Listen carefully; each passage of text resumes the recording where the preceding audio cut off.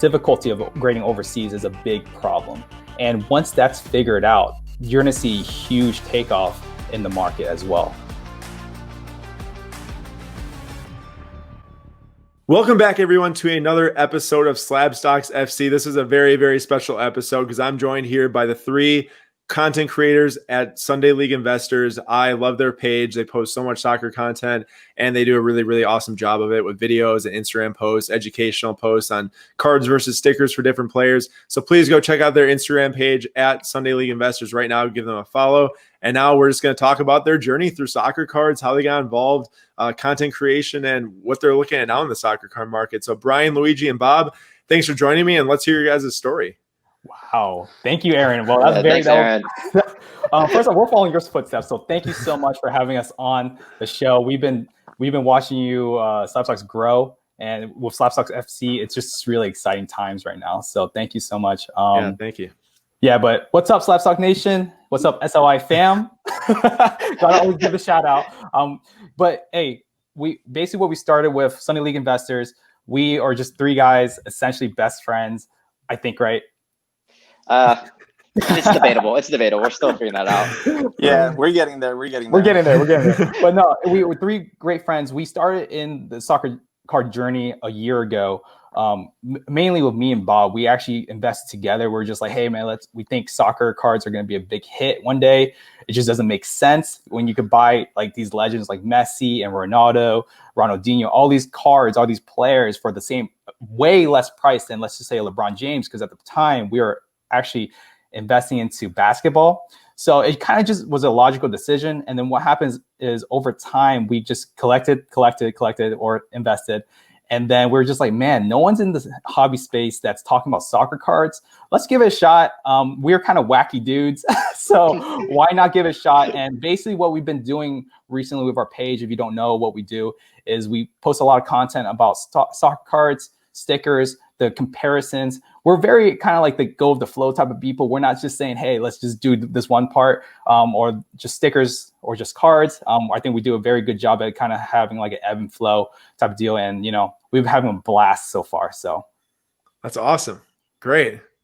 Yeah. But hey, Luigi, Bob, you guys want to chime in on like, maybe Luigi, I know you were going to soccer cards a little later. How did you get into it? Because like I remember I was like begging you to get into it. Yeah. So yeah, I mean, you know, me, Bob, and Brian, we work together, right? And then all of a sudden one day Brian comes to me. He's like, hey man, you really need to get into sports car investing.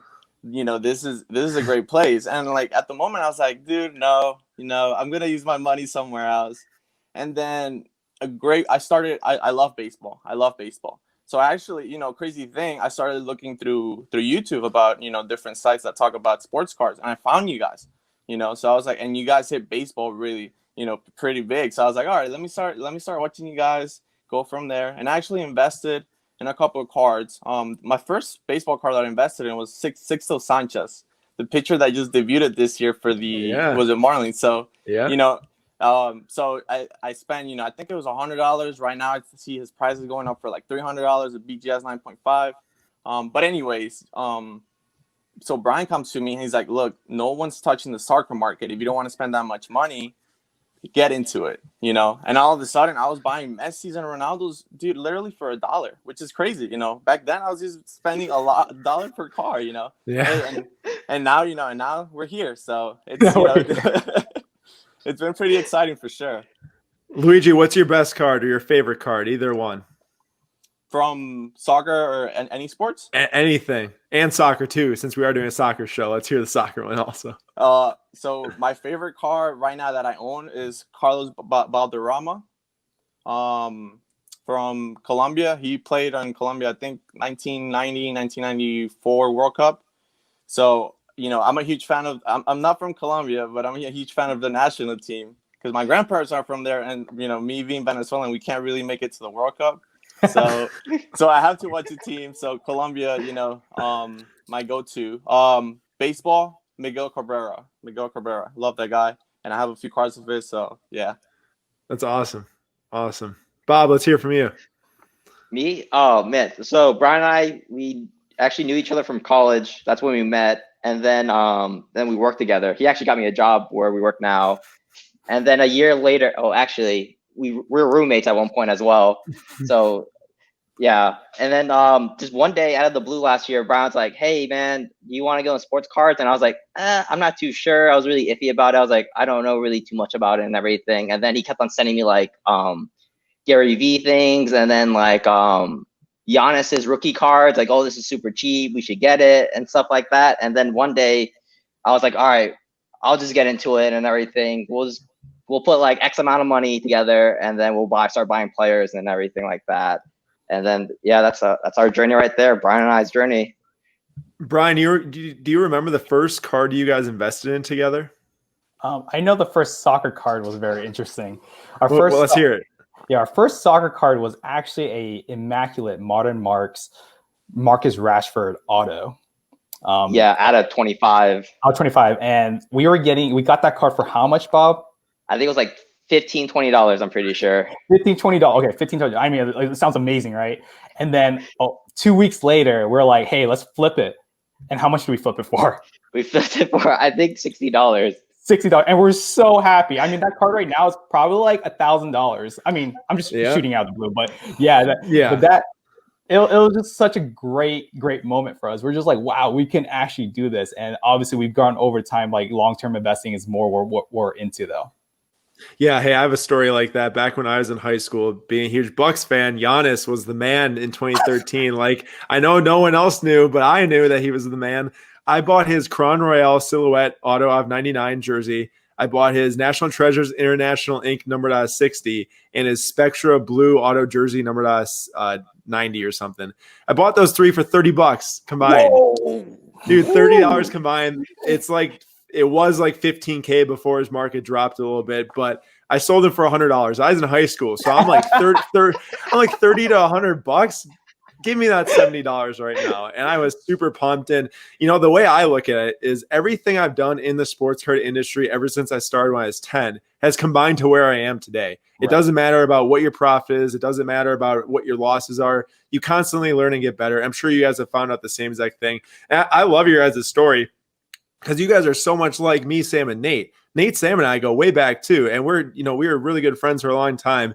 And I was really into the cards just like Brian. And I was like, Nate and Sam, dude, you guys got to start to learn about this. So Nate and I actually invested in our first card together way back in, it was like 2018, I want to say. It was a Nate Pearson Bowman Chrome Red Wave Refractor auto. We bought it for like $150. Actually, I was in Florida. Nope, South Carolina. Just kidding. Different southern state. Completely different, okay? Yes, very different.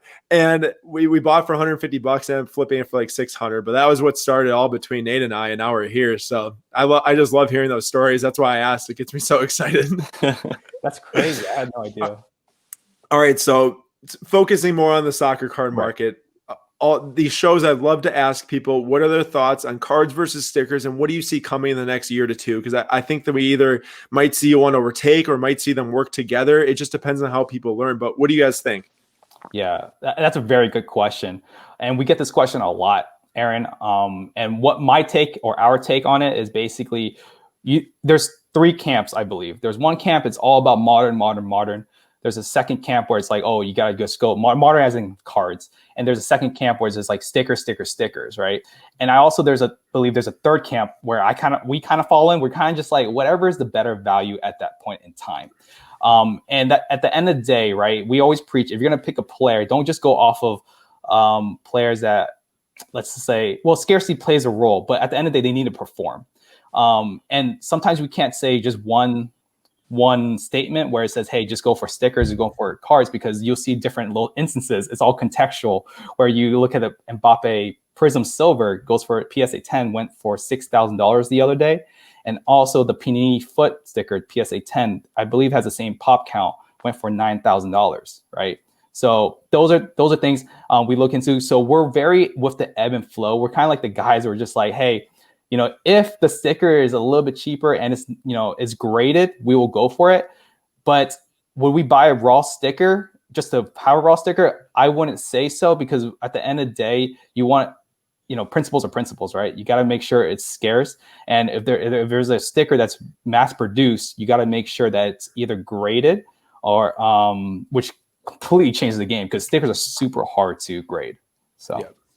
And I like that point because you have to find artificial scarcity if it isn't already there. You have to look at the pop reports. I've been preaching this so much recently on our SlabStox channel. Start reading pop reports if you don't know how to learn, because you will save yourself so much money or find really good undervalued cards by doing so. I think learning between the pop reports is super important. And this is something completely a little off topic, but I'm a huge fan of these like older cards that aren't stickers, but they're international release cards, like the WCCFs of like Ronaldo and Messi. I think those things look awesome.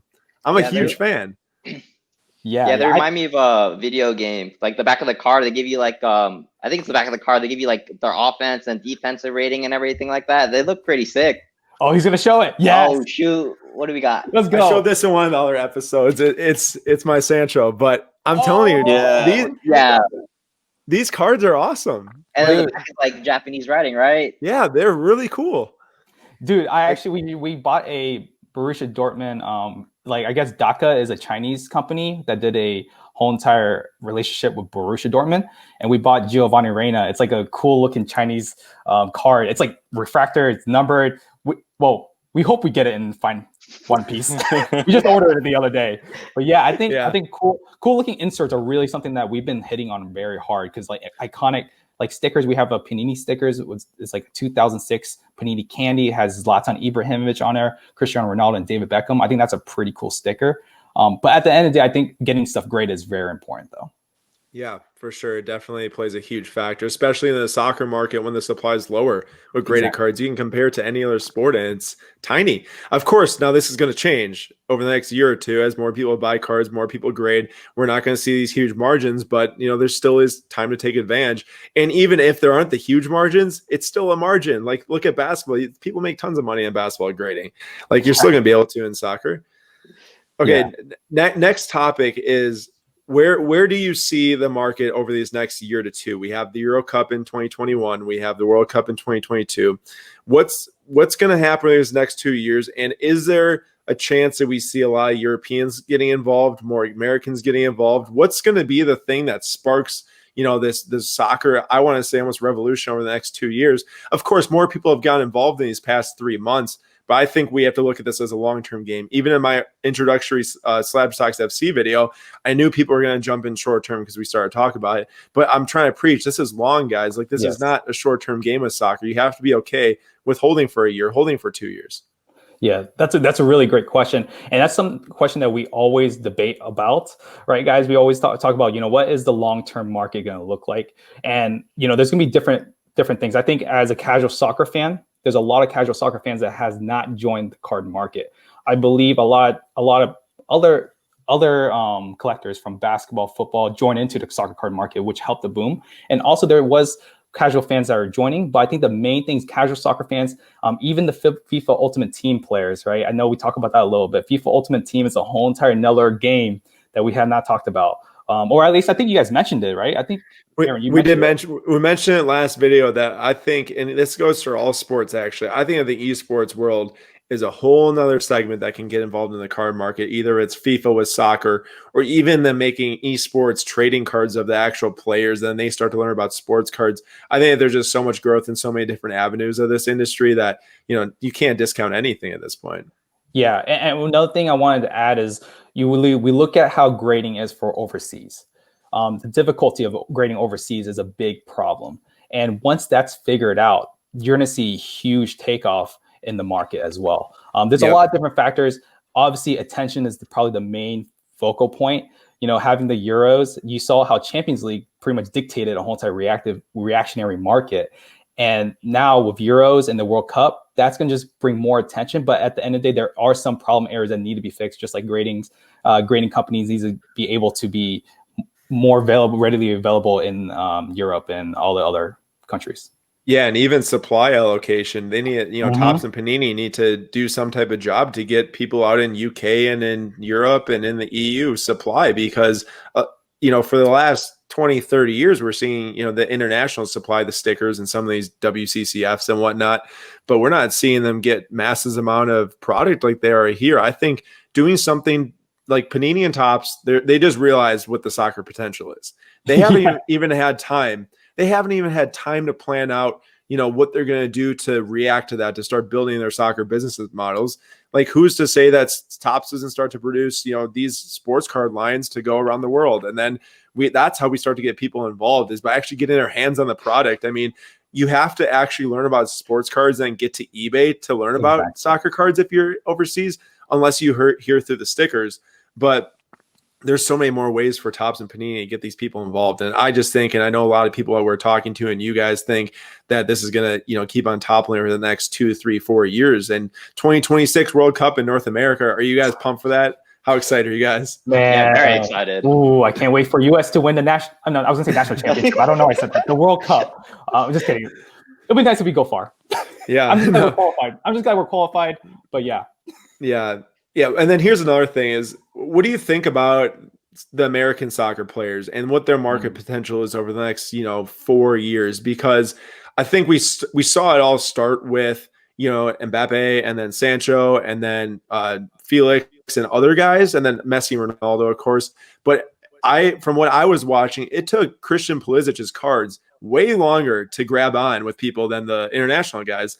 Like, as we see this national team progress, are we going to see more of these Americans start to become, more valued? Of course, it all depends on their performance and whatnot, but what's your thoughts on the American actual players? Yeah, well, about the players, I would say as an American player, taking the American market bias is very, very real. The American hype, the way Americans hype their players is a very real thing. So that does play a role. I'm very guilty of doing that as well, right, guys? Yeah, you are. For sure. Any American player, like, this guy's so good, man. And then I'm like, I don't know what you see in this person. No, but at the end of the day, though, that is real. So it's going to take into account. I think when we talk to people about investing in players, it's just thinking about, what will it take for them to move up in price? So Pulisic was a great opening point, basically, because it took him a long time because he was really hurt most of the time. And now his prices are, I would argue, kind of baked, just because he is an walking injury right now.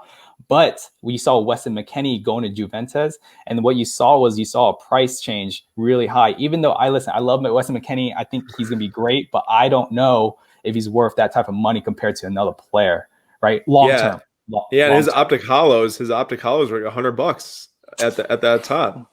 Yeah, and you know what? Like I said, I love the American players, but at the end of the day, it's still like a research base. You got to make sure you know who you're investing in. So looking into American markets, there's a lot of great young players and a lot of exciting players. So just know, if you're investing in a young American player that isn't very expensive. Do you want me to throw names out or? Go for it. Yeah. Sergino Dest is an outside fullback, or a fullback that's going to maybe go to Bayern Munich or Barcelona.